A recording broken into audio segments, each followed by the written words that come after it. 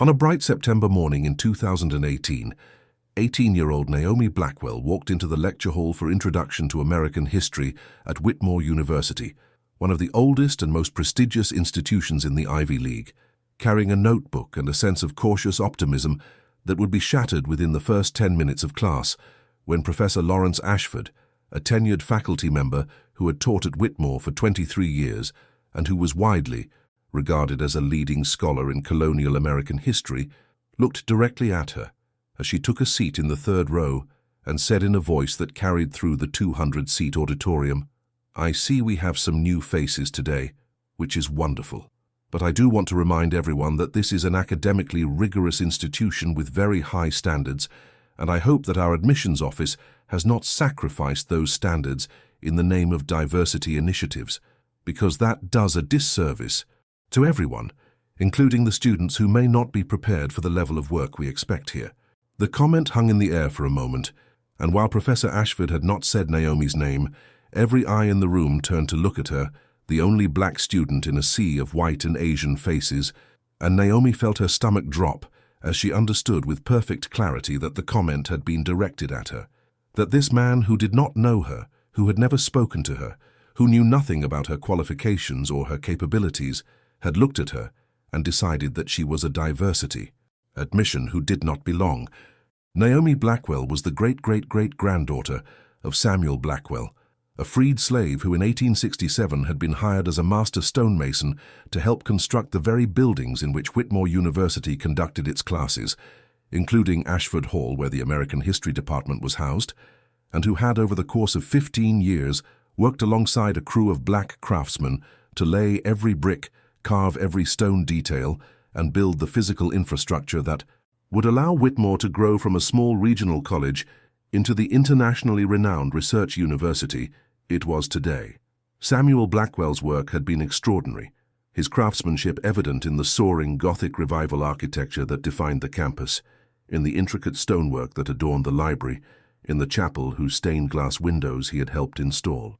But like many black builders and craftsmen of his era, Samuel's contributions had been erased from the official record, his name absent from the commemorative plaques that honored the architects and benefactors, his story lost to generations of institutional amnesia that preferred to celebrate wealthy white donors over the black laborers who had actually built the place.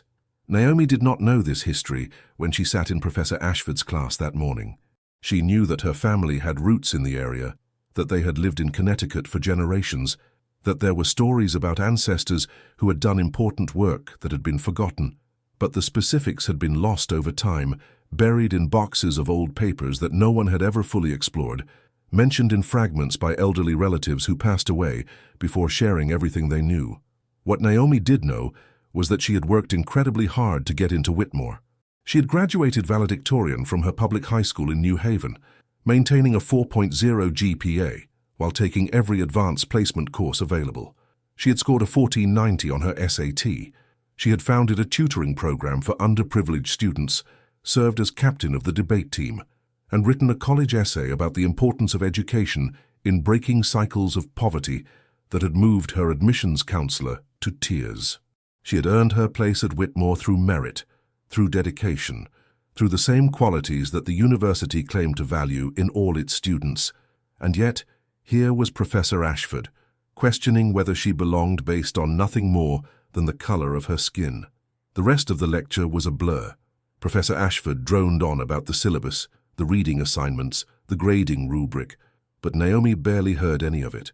She was too busy trying to control the anger and humiliation that threatened to spill over, trying to maintain her composure, trying to figure out what to do.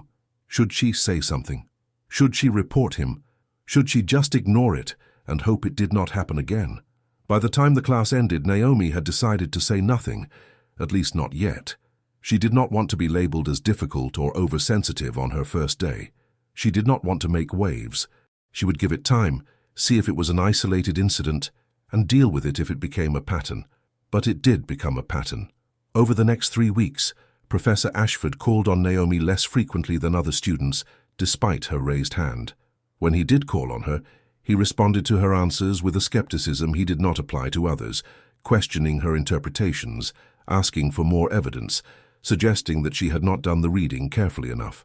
He assigned her a B- on her first paper, a thoughtful analysis of the Constitutional Convention, with comments that her argument lacked depth and sophistication, even though the paper was well researched and clearly written. And in class discussions he repeatedly interrupted her, spoke over her, or dismissed her contributions with phrases like, "That is an interesting perspective, but I am not sure it holds up to scrutiny," or "I think you may be misunderstanding the historical context." Other students noticed. Some looked uncomfortable when Ashford cut Naomi off or questioned her work. A few approached her after class to say they thought the professor was being unfair, but no one spoke up in the moment, and no one reported the behavior, because that was how these things worked. People saw it. People knew it was wrong, but no one wanted to be the one to make it an issue, to risk their own standing, to challenge a tenured professor who had power over their grades and their academic futures. After the third week, Naomi went to office hours. She knocked on Professor Ashford's door, a heavy oak door in Ashford Hall with his name on a brass plaque, and heard him call out, "Come in." She entered to find him sitting behind a desk piled high with books and papers, reading glasses perched on his nose, the picture of scholarly authority. "Professor Ashford, I am Naomi Blackwell from your American history class. I wanted to talk to you about my paper." He looked up, his expression neutral. "Ah, yes, Miss Blackwell, what about it? I was surprised by the B-. I thought the paper was well argued and supported by the evidence, and the comments you left were not very specific about what I could improve." Professor Ashford leaned back in his chair. "Miss Blackwell, I grade based on the quality of the work, not on the students' expectations. Your paper was adequate, but it did not demonstrate the level of critical thinking and analytical rigor I expect from Whitmore students. If you want to succeed in this class, you're going to need to push yourself harder." Naomi felt her jaw tighten. "With respect, Professor, I worked very hard on that paper. I read all the primary sources. I consulted secondary literature. I crafted a clear thesis. I do not understand what was missing." "What was missing was depth. You made surface-level observations without really engaging with the complexity of the material. That may have been sufficient at your high school, but this is Whitmore. The standards are different here." The implication was clear. Your high school was not good enough. "You are not good enough. You do not belong here." Naomi took a breath and tried a different approach. "Could you give me an example of what you mean by depth, so I can understand what you are looking for?" Professor Ashford waved a hand dismissively. "I do not have time to provide individual tutorials. You will need to figure that out on your own, or you can visit the Writing Center if you need additional support." "Was there anything else?" Naomi stood up. "No, Professor. Thank you for your time." She left his office feeling worse than when she had entered. The conversation had confirmed what she already suspected. Professor Ashford had decided she was not capable, and nothing she did was going to change his mind. She walked back to her dorm, a freshman residence hall on the edge of campus, and called her mother. Grace Blackwell answered on the second ring. "Naomi, honey, how are you? How are classes going?" Naomi told her everything. The first day comment, the pattern of dismissive treatment, the B- paper, the unhelpful office hours meeting. When she finished, there was a long silence on the other end.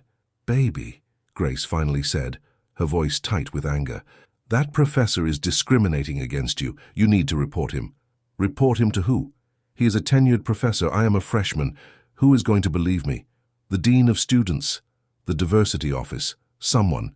You cannot just let this slide." "Mom, I do not want to be that student. I do not want to start my college career by filing a complaint." "You did not start this, Naomi. He did. And if you do not stand up for yourself, he is going to keep doing it. Not just to you, but to every other black student who walks into his classroom." Naomi knew her mother was right, but the thought of filing a formal complaint, of putting herself in the middle of a conflict with a powerful professor, made her stomach churn. Still, she promised her mother she would think about it, and over the next few days she did. She researched Whitmore's policies on discrimination and academic grievances. She talked to her academic advisor, a kind woman in the English department who encouraged her to document everything and consider speaking to the dean. And she reached out to the Black Student Union, where she met other students who had their own stories about Professor Ashford and other faculty members who seemed to have a problem with black students. If you have ever felt like you had to prove your right to be in a space you earned, hit that like button, because what Naomi uncovered over the next several weeks would reveal that her experience was not isolated, but part of a pattern that went back years, hidden in plain sight, waiting for someone with the courage to expose it. 2 weeks after the office hours meeting, Naomi filed a formal complaint with Whitmore University's Office of Equity and Inclusion. The complaint detailed Professor Ashford's first-day comment, his pattern of differential treatment in class, the harsh grading, and the dismissive response when she had sought clarification. She included witness statements from 2 classmates who had been willing to come forward, students who had seen the behavior and were troubled by it, and she requested that the university investigate whether Professor Ashford had a history of discriminating against students of color. The complaint was assigned to an investigator named Dr. Helen Martinez, a Latina woman in her 50s, who had been with the Equity Office for 8 years. Dr. Martinez contacted Naomi within 3 days to schedule an intake interview. They met in Dr. Martinez's office, a small but warmly decorated space in the administration building, and Dr. Martinez listened carefully as Naomi recounted her experiences. "I want you to know that I take these allegations very seriously," Dr. Martinez said when Naomi finished.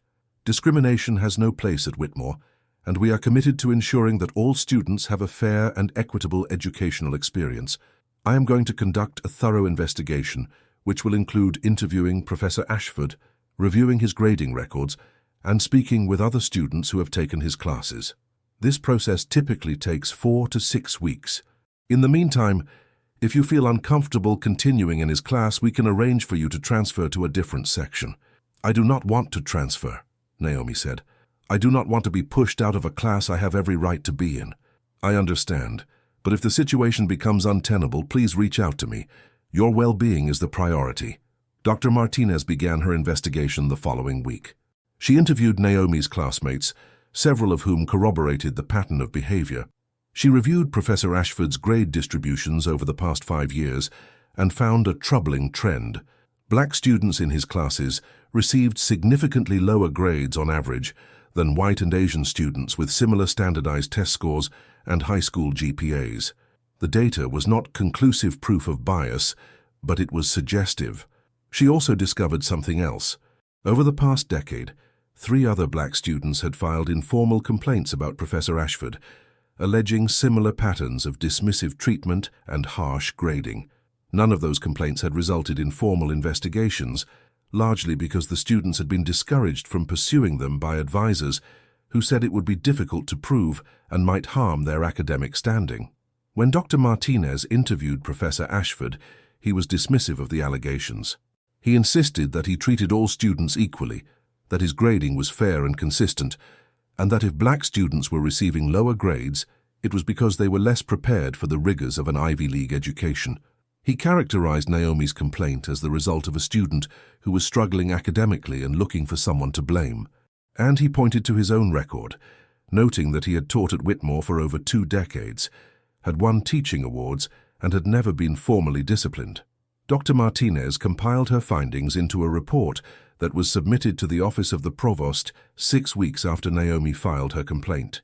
The report concluded that while there was insufficient evidence to prove intentional discrimination, there was a pattern of behavior and outcomes that raised serious concerns about bias. The report recommended that Professor Ashford undergo training on implicit bias and inclusive pedagogy, that his classes be monitored for the remainder of the academic year, and that his grade distributions be reviewed regularly to ensure equity. The report also recommended that Whitmore implement more robust mechanisms for tracking and addressing student complaints about faculty behavior. The provost, a white man in his early 60s named Dr. William Gardner, reviewed the report and made a decision. Professor Ashford would be required to complete an online training module on implicit bias. He would receive a letter of counsel noting the concerns raised in the investigation, and his department chair would be asked to conduct classroom observations. But there would be no formal discipline, no reduction in his teaching load, no public acknowledgement of the findings. The provost justified this decision by noting that Professor Ashford was a tenured faculty member with a strong record of scholarship, that the evidence of discrimination was not definitive, and that the university needed to balance student concerns with academic freedom and due process for faculty. Naomi was informed of the decision in early December, just before finals. She sat in Dr. Martinez's office, reading the letter from the provost, and felt a crushing disappointment. She had done everything right. She had documented the behavior. She had filed a complaint through the proper channels. She had participated in the investigation, and the result was a slap on the wrist for Professor Ashford and a recommendation that he take an online training course.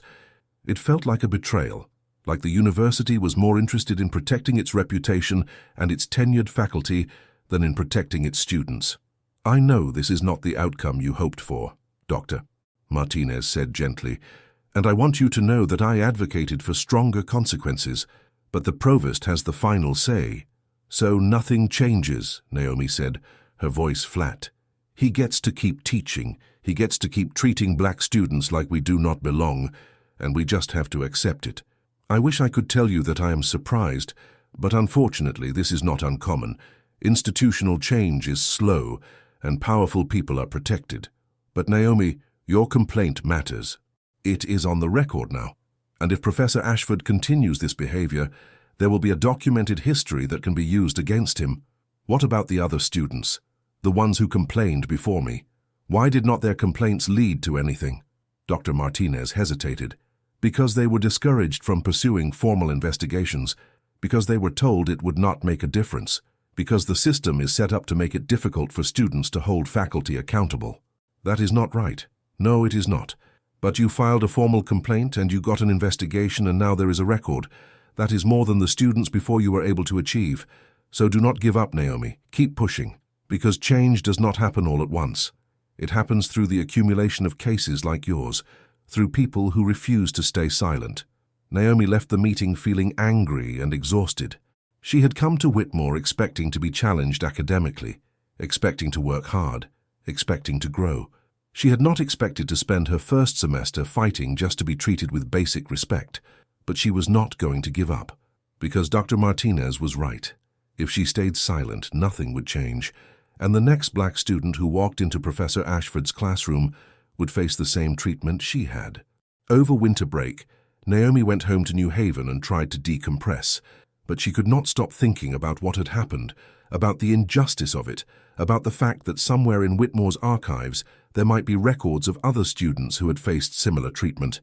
She talked to her mother, who encouraged her to keep fighting. She talked to her grandmother, Evelyn Blackwell, a woman in her 80s who had worked as a seamstress and raised 4 children largely on her own after Naomi's grandfather died young. And it was her grandmother who said something that changed everything. "You know, baby," Evelyn said one afternoon as they sat in her small living room, "your great-great-great-grandfather Samuel, he worked at that university. Back in the day, right after the Civil War, he was a stonemason, built a lot of those buildings you walk through every day." Naomi looked up sharply. "What? Grandma, I did not know that." "Oh, yes. The family does not talk about it much, because Samuel died before his work was properly recognized, but he was one of the best craftsmen in the region. Worked on Whitmore for 15 years. There used to be records, letters, contracts. Your great-aunt Violet has some of them in boxes somewhere. She has been meaning to organize them, but never got around to it. Do you think I could see them?" "I do not see why not. Let me give her a call."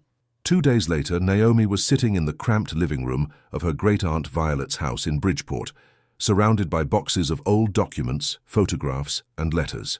Violet was a retired librarian, meticulous and organized, and she had kept everything that had been passed down through the family. Together, they went through the boxes, and what they found was extraordinary. There were contracts showing that Samuel Blackwell had been hired by Whitmore University in 1867 to work as a master stonemason on the construction of several campus buildings. There were letters from the university president at the time praising Samuel's craftsmanship and attention to detail. There were receipts for payment showing that Samuel had been compensated for his work, though at rates significantly lower than what white craftsmen were paid. And there were photographs, faded and fragile, showing Samuel and his crew at work, laying stone, carving details, building the physical infrastructure of the university. But there was something else. There was a letter, dated 1882, from Samuel to the university's Board of Trustees, requesting that his name be included on the commemorative plaque being installed in the main quadrangle to honor those who had built the campus. The letter was beautifully written, articulate and respectful, making a case for why the craftsmen who had done the physical labor deserved recognition alongside the architects and benefactors.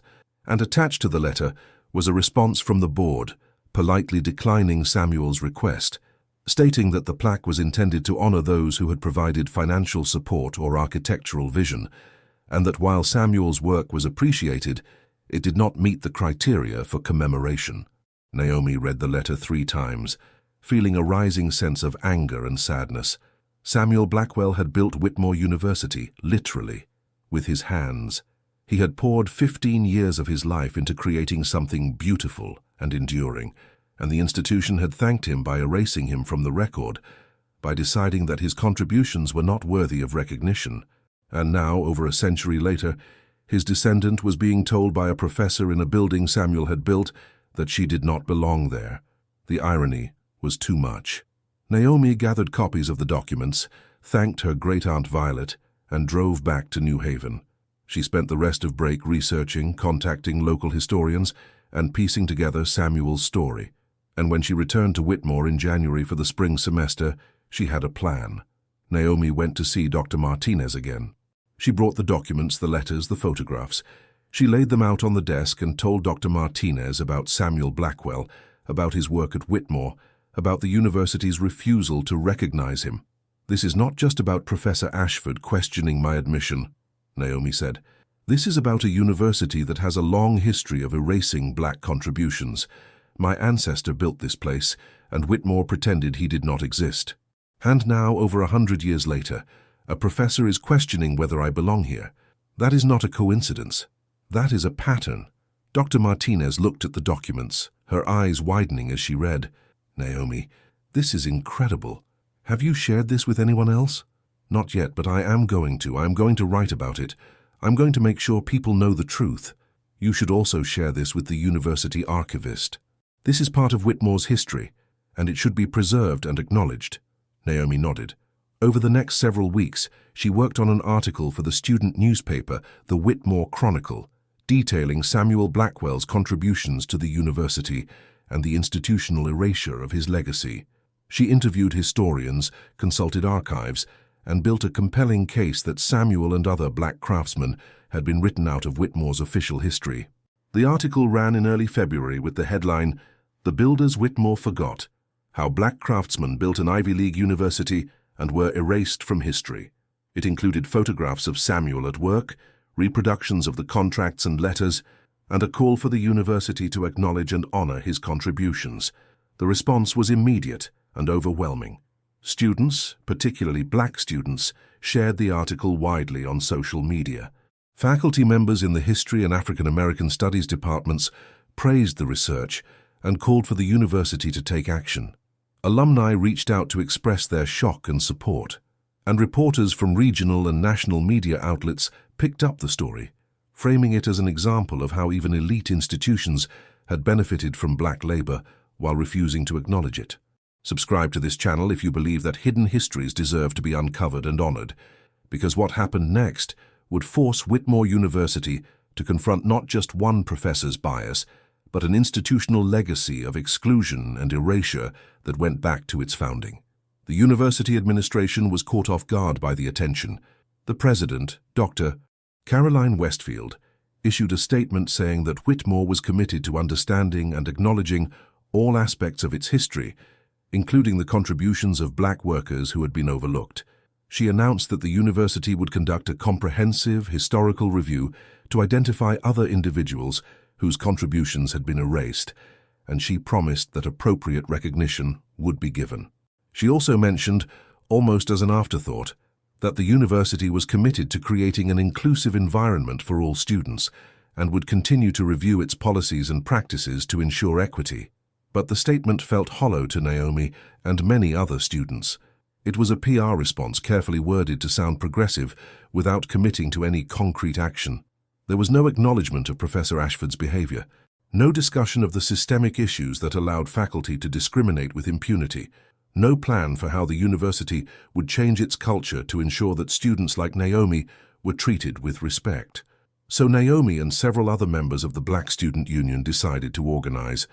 They formed a coalition called the Blackwell Initiative, named in honor of Samuel Blackwell, with the goal of pushing Whitmore to address both the historical erasure and the current discrimination. The initiative had 3 demands. First, that the university formally recognize Samuel Blackwell and other black craftsmen with a prominent memorial on campus. Second, that the university implement stronger protections for students who file discrimination complaints against faculty. And third, that the university conduct a comprehensive review of faculty with histories of discriminatory behavior and take appropriate disciplinary action.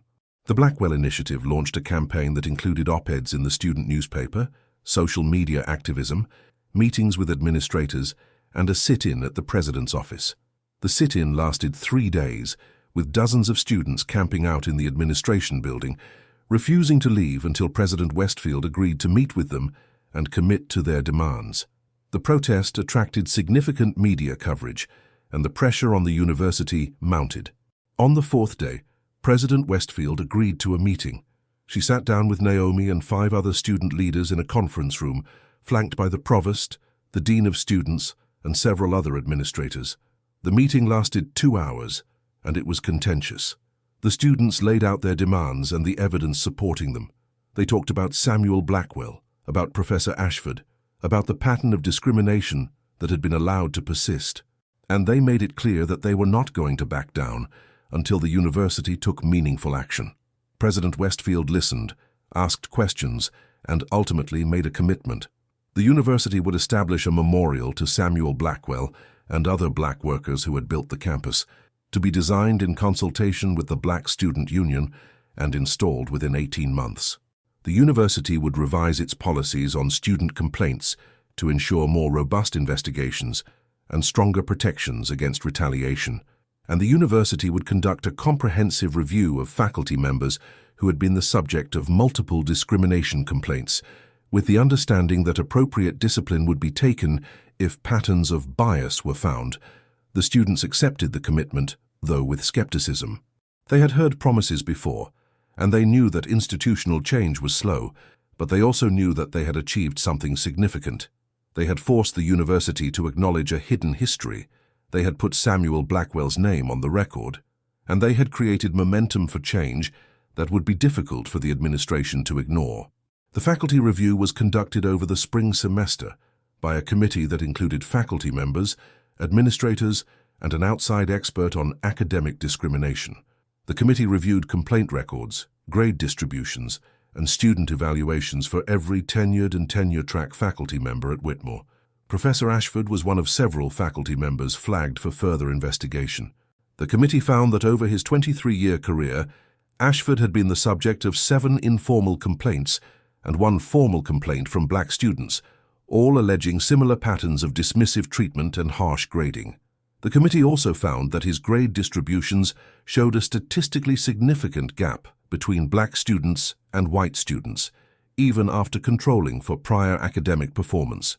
Based on these findings, the committee recommended that Professor Ashford be placed on a formal improvement plan, which would include mandatory training, regular classroom observations, and close monitoring of his grading. If he failed to meet the standards of the improvement plan, the committee recommended that he be removed from teaching and reassigned to research duties only. Professor Ashford fought the recommendation. He hired a lawyer and argued that the investigation was a witch hunt motivated by political correctness and that his academic freedom was being violated.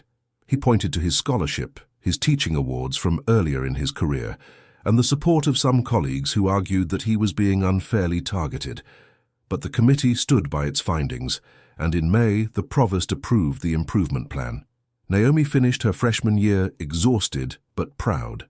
She had stood up to a powerful professor, uncovered her family's hidden history, and helped spark a movement for change at one of the country's most prestigious universities.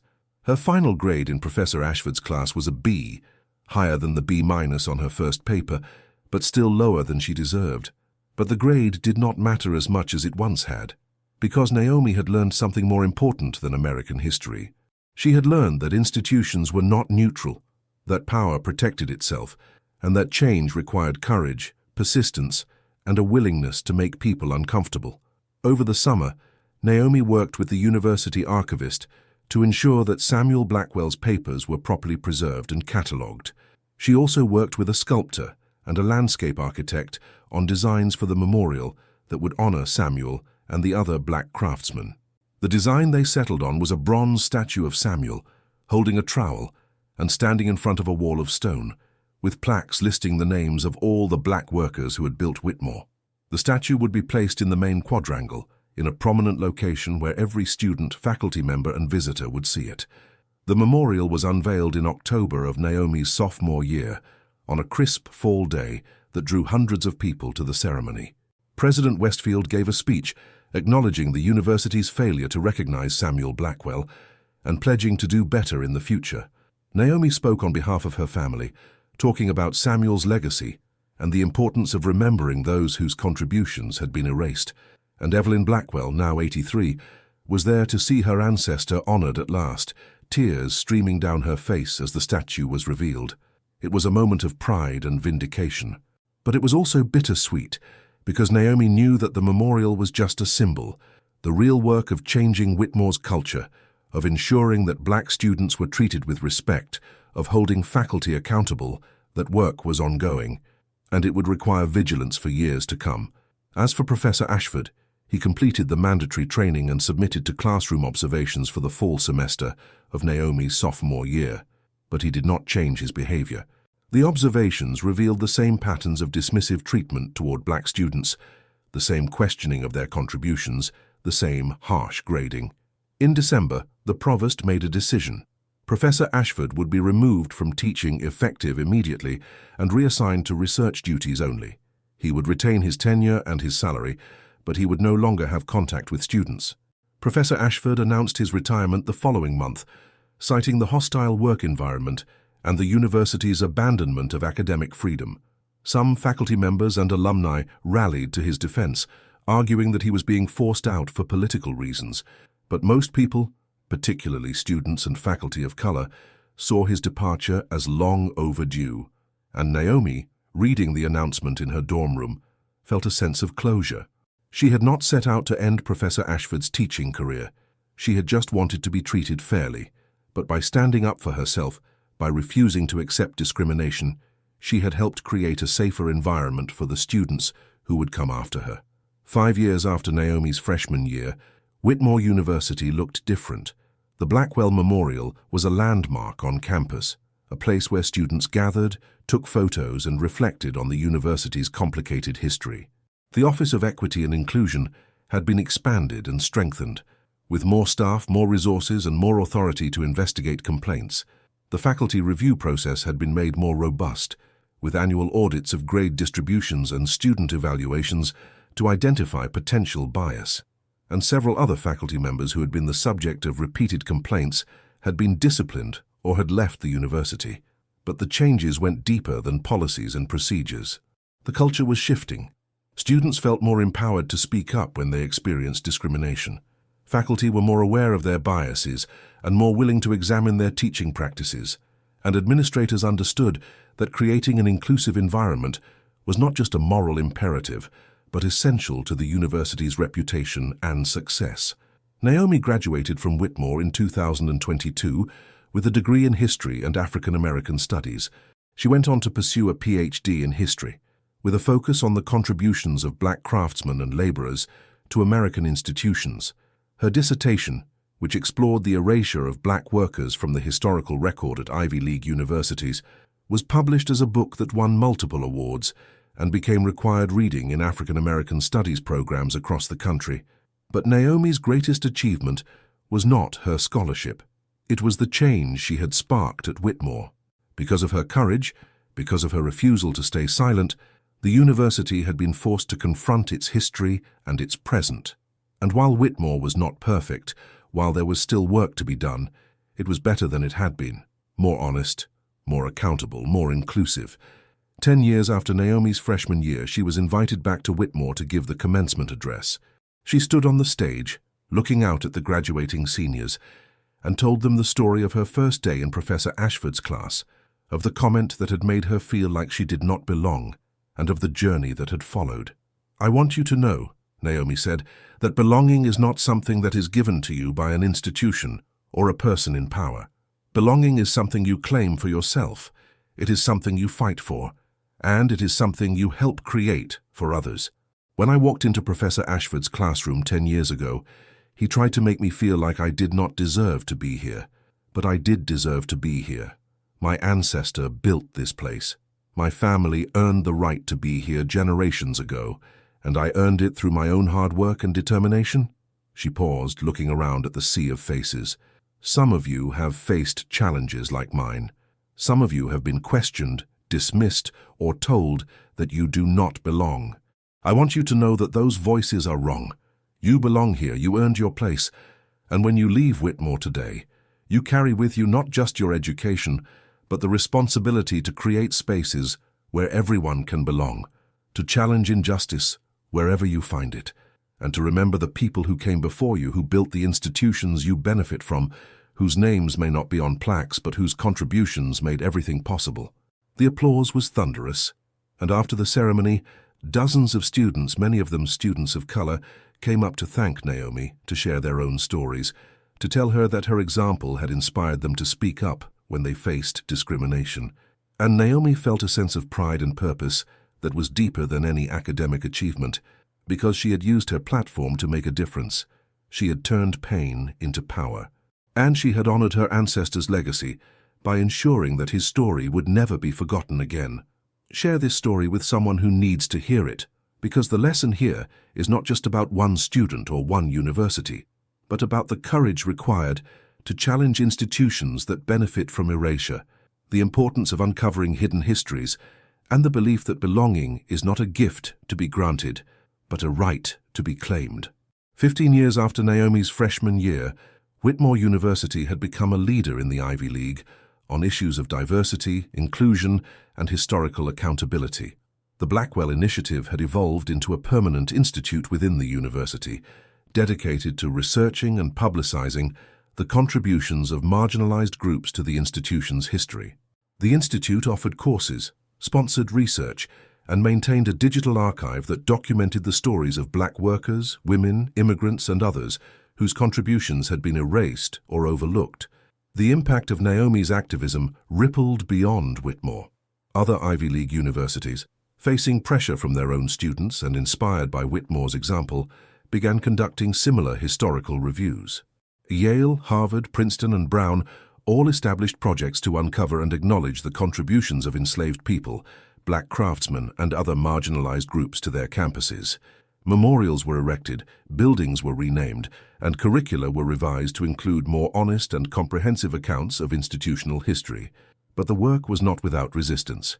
Conservative critics argued that these efforts were examples of woke revisionism and that they unfairly demonized historical figures who were products of their time. Some alumni threatened to withhold donations if the universities continued down this path, and a few faculty members, feeling that their academic freedom was being constrained, pushed back against efforts to monitor their teaching for bias. Naomi, now a professor herself at Columbia University, became a prominent voice in these debates. She wrote op-eds, gave interviews, and testified before legislative committees about the importance of teaching accurate history and creating inclusive academic environments. She argued that acknowledging uncomfortable truths about the past was not about assigning blame, but about understanding how institutions were built and who benefited from them. And she made the case that creating inclusive environments where all students could thrive was not a threat to academic excellence, but essential to it. Her work attracted both praise and criticism. She received death threats from far-right groups who saw her as part of a campaign to destroy American institutions. She was targeted by conservative media outlets that portrayed her as a radical activist indoctrinating students with leftist ideology. But she also received letters from students, teachers, and community members thanking her for her courage and her commitment to truth, and she found a community of scholars and activists who were engaged in similar work, fighting to make their institutions more honest and more just. 20 years after her freshman year, Naomi was awarded a MacArthur Fellowship, the so-called Genius Grant, for her contributions to historical scholarship and social justice. The award came with a substantial financial prize and significant prestige, And Naomi used the platform to launch a new initiative, the Blackwell Foundation, a non-profit organization dedicated to uncovering and preserving the stories of black workers who had built American institutions. The foundation provided grants to researchers, supported community archives, and worked with schools and universities to develop curricula that centered marginalized voices. One of the foundation's first projects was a comprehensive oral history initiative, collecting stories from descendants of black workers who had built universities, government buildings, churches, and other institutions across the country.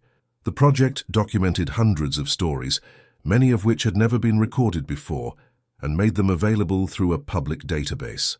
The stories revealed patterns of exploitation, erasure, and resilience, and they provided a counter-narrative to the official histories that focused on wealthy benefactors and famous architects. The foundation also worked with communities to create local memorials and educational programs. In cities across the South and Northeast, plaques and monuments were installed to honor black craftsmen, laborers, and domestic workers whose contributions had been forgotten. Schools incorporated these stories into their history curricula, teaching students about the people who had built their communities and the systems of inequality that had denied them recognition. 25 years after Naomi's freshman year, Whitmore University marked the anniversary with a major symposium on institutional accountability and historical memory. The event brought together scholars, activists, university administrators, and community members to discuss how institutions could reckon with their pasts and create more equitable futures. Naomi was the keynote speaker, and she used the occasion to reflect on what had changed and what work remained. When I walked into Professor Ashford's classroom 25 years ago, Naomi began, I was an 18-year-old kid who thought that hard work and merit would be enough. I learned very quickly that it was not. I learned that bias is real, that systems protect power, and that change requires not just individual effort, but collective action. But I also learned that change is possible, that institutions can be transformed, that hidden histories can be uncovered, and that the work of justice is never finished, but is always worth doing. She looked out at the audience, which included students, faculty, and administrators from Whitmore and other universities. Samuel Blackwell's story is not just about one man or one family. It is about all the people who built this country, who contributed their labor and their talents, and who were written out of the story. It is about the domestic workers who cleaned the houses and raised the children of the wealthy. It is about the farmers and factory workers who produced the goods that fueled the economy. It is about the service workers and caregivers who sustain our communities. Their contributions are invisible in most history books, but they are the foundation of everything we have. She paused. And it is about the students, the workers, the community members today who are still fighting to be seen, to be heard, to be valued. The work that started 25 years ago continues, because every generation has to decide what kind of institutions they want to build, what kind of society they want to live in, and whose stories they want to tell. That is the work. That is the challenge, and that is the responsibility we all share. The applause lasted several minutes, and after the speech, Naomi was surrounded by people who wanted to thank her, to share their stories, to ask for advice. Among them was a young black student, a freshman at Whitmore, who reminded Naomi of herself at that age, nervous, determined, full of hope and fear. Professor Blackwell, the student said, I just want to say thank you. I am the first person in my family to go to college, and sometimes I feel like I do not belong here. But when I walk past the Blackwell Memorial every day, it reminds me that I do, that my presence here is not a favor or a mistake. It is my right. So thank you for fighting for that. Naomi felt tears prick her eyes. She put a hand on the student's shoulder. You belong here. Do not let anyone tell you otherwise, and if anyone tries, you fight back. Not just for yourself, but for everyone who comes after you. The student nodded, and Naomi watched her walk away, feeling a sense of continuity, of purpose, of legacy, because that was what it was all about. Not just uncovering the past, but shaping the future. Not just honoring ancestors, but creating a world where their descendants could thrive. 30 years after Naomi's freshman year, she was 64 years old and nearing retirement from Columbia. She had published 6 books, mentored dozens of graduate students, and established herself as one of the leading scholars in her field.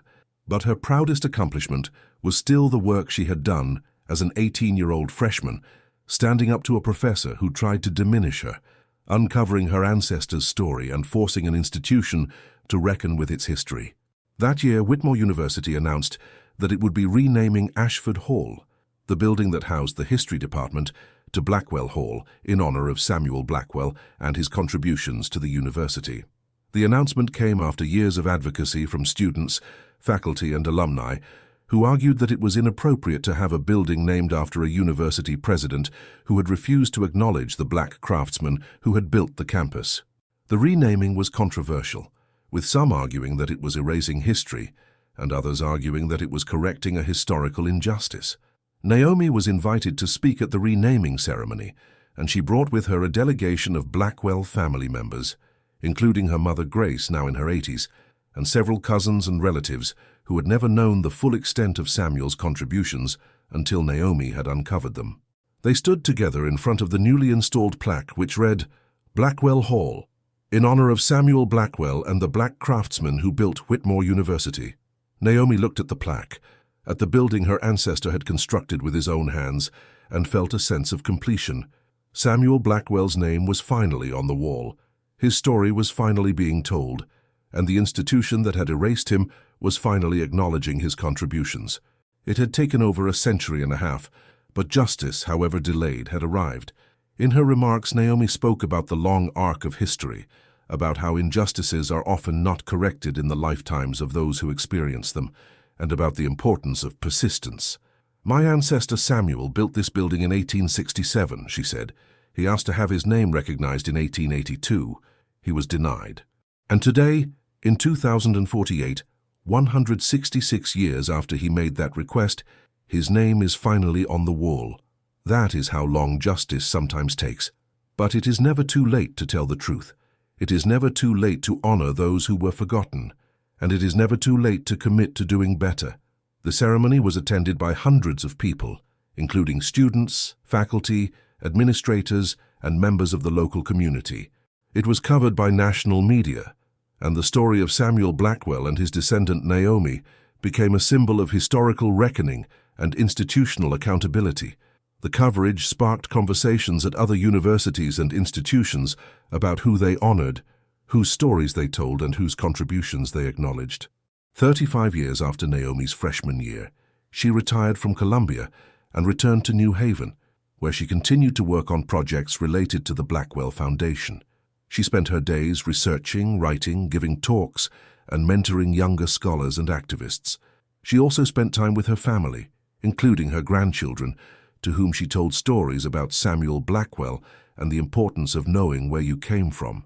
One of her grandchildren, a teenage girl named Maya, asked her one day, "Grandma, what was it like when you first found out about Samuel, when you realized your family had built Whitmore?" Naomi thought about it. "It was like everything clicked into place. I had been feeling like I did not belong, like I was an outsider, like I had to prove myself. And then I learned that my family had been there from the beginning, that we had literally built the place. And I realized that I did not have to prove anything. I was already part of the story, I always had been." "Do you think things have changed?" Maya asked. "Since you were in college?" "Some things have changed. Whitmore is more diverse now. There are more protections for students who face discrimination. There are more honest conversations about history. But some things have not changed. There are still people who question whether black students belong at elite institutions. There is still bias in grading and advising. There is still erasure of contribution, so the work continues. Do you ever get tired of it?" Naomi smiled. "Sometimes. But then I think about Samuel, about how he worked for 15 years to build something beautiful, only to be told his name was not important enough to be remembered. And I think about all the students who came after me, who benefited from the changes we fought for. And I realize that I cannot afford to get tired. Because if I stop, if we all stop, then the progress we have made will be lost." Maya nodded, and Naomi could see in her granddaughter's eyes the same determination, the same fire that had driven her own activism. And she felt a sense of hope, because the work would continue. New generations would take up the fight, and one day maybe institutions would no longer need to be forced to tell the truth. They would choose to do it on their own. 40 years after Naomi's freshman year, Whitmore University held a major event to mark the anniversary of the Blackwell Memorial and to celebrate the progress the university had made on diversity and inclusion. The event included panel discussions, performances, and exhibitions, showcasing the work of Black students, faculty, and alumni. Naomi, now 82 years old, was the guest of honor. She sat on a panel with current students, administrators, and faculty members, discussing the challenges that remained and the work that still needed to be done. The students on the panel talked about microaggressions, about the burden of being one of the few Black students in predominantly white spaces, about the exhaustion of constantly having to educate others about racism. And Naomi listened, recognizing in their stories echoes of her own experience from 4 decades earlier. "I wish I could tell you that all the problems have been solved," Naomi said when it was her turn to speak. "But they have not, because racism is not just individual acts of discrimination. It is embedded in systems, in structures, in cultures. And changing those systems takes time, effort, and vigilance. What I can tell you is that you are not alone, that your experiences are valid, and that your voices matter. Keep speaking up. Keep demanding better. Keep fighting for the world you want to see, because that is how change happens." After the panel, Naomi walked around campus with her daughter, Grace Jr., who had been named after Naomi's mother, and her granddaughter, Maya. They stopped at the Blackwell Memorial, where a crowd of students had gathered for a vigil honoring Black workers and activists. Naomi stood with them, holding a candle, and felt a profound sense of connection to the past, the present, and the future. This place, this institution, had tried to erase her ancestor. It had questioned her own right to be there, but she had fought back. She had uncovered the truth. She had demanded accountability, and in doing so, she had changed not just Whitmore, but herself. She had learned that belonging was not about being accepted by others. It was about knowing your own worth, understanding your own history, and refusing to let anyone diminish you. Naomi Blackwell passed away at the age of 85, surrounded by her family in her home in New Haven. The obituaries celebrated her life and her work, noting her scholarship, her activism, and her role in transforming Whitmore University. But the thing people remembered most was the story of her freshman year, of the professor who questioned her admission, and of her discovery that her family had built the very institution that tried to exclude her. At her memorial service held in the chapel at Whitmore University, a building that Samuel Blackwell had helped construct, hundreds of people gathered to pay their respects. Students, colleagues, friends, and family members spoke about what Naomi had meant to them, about her courage, her intellect, her compassion, and they spoke about her legacy, the changes she had sparked, the stories she had uncovered, the doors she had opened.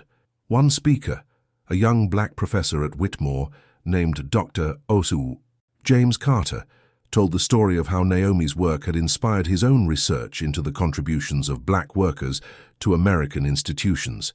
"Naomi Blackwell taught us that history is not fixed," Dr. Carter said, "that the stories we tell about the past shape the world we live in today.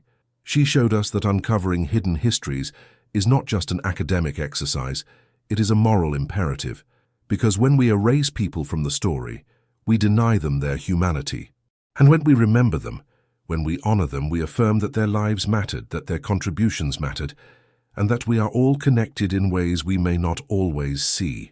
The service ended with a procession to the Blackwell Memorial, where Naomi's family laid flowers at the base of Samuel Blackwell's statue, and as the crowd dispersed, students lingered, touching the bronze, reading the plaques, taking photos, because the memorial was not just about the past. It was about the present and the future.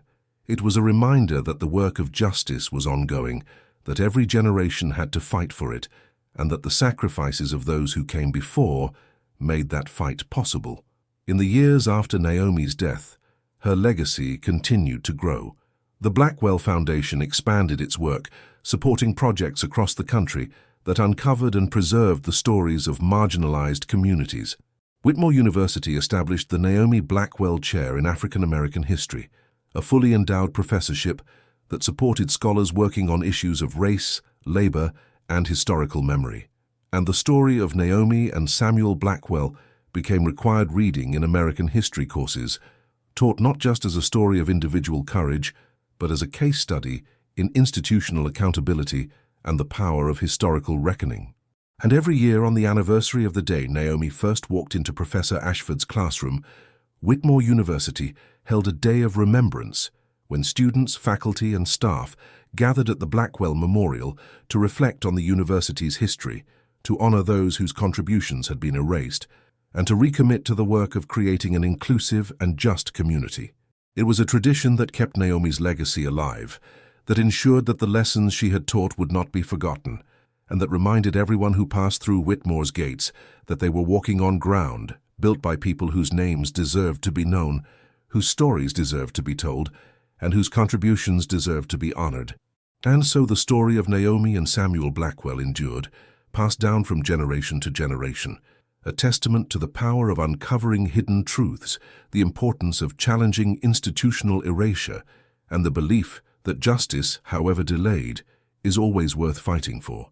Because that is what Naomi Blackwell taught us, that belonging is not a gift to be granted, but a right to be claimed, that history is not neutral but contested, and that the work of building a more just world requires courage, persistence, and a willingness to confront the uncomfortable truths that institutions would prefer to forget.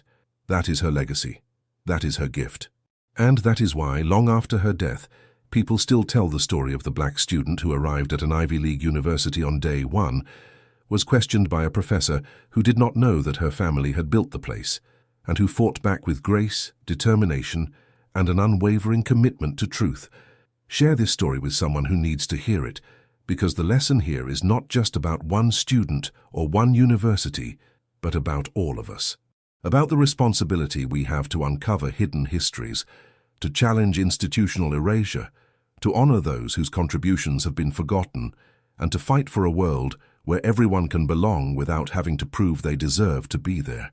That is Naomi Blackwell's legacy. That is Samuel Blackwell's legacy. And that is the work that continues in classrooms and archives and communities across the country as we strive to build institutions that reflect the full truth of their histories and the full dignity of all the people who made them possible.